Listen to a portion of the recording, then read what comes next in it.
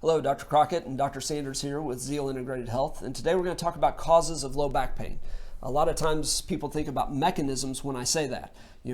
Maybe it was work that caused the back issue, or you exercised and threw something out. Maybe you just slept wrong. You woke up in the morning and your back's hurting and it's hard to get out of bed.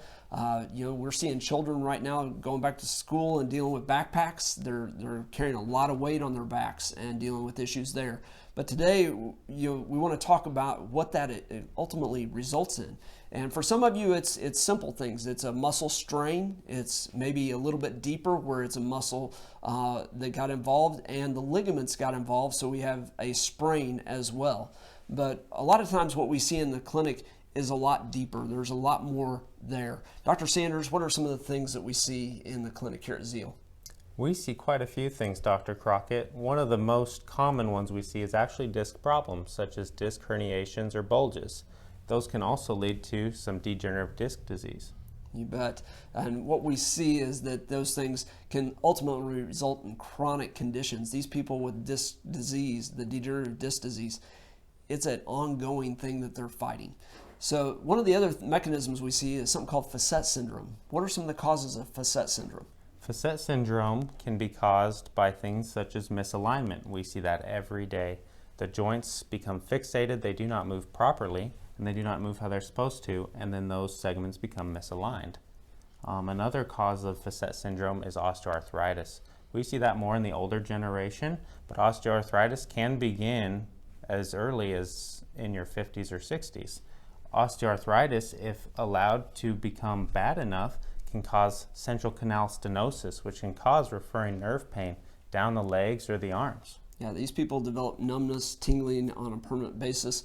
Some of those ultimately result in surgery just to try to alleviate some of that discomfort. One of the other things that we see is congenital issues, and this is something where you're born with malformed bones in the spine, and that ultimately results in kind of a lifetime of discomfort in the back. We also see some metabolic issues drive back issues. We'll have people come in and they present and we evaluate and find out that, hey, this may be a kidney stone. We may need to run some blood work or refer out for evaluation for kidney stones. And then one of the last things that I want to talk about today is pregnancy.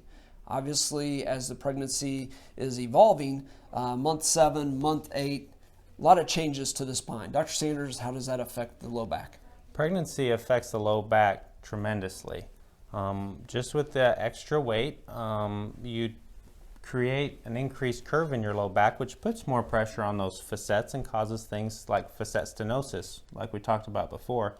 Other things, you put more pressure on the discs in that low back as well.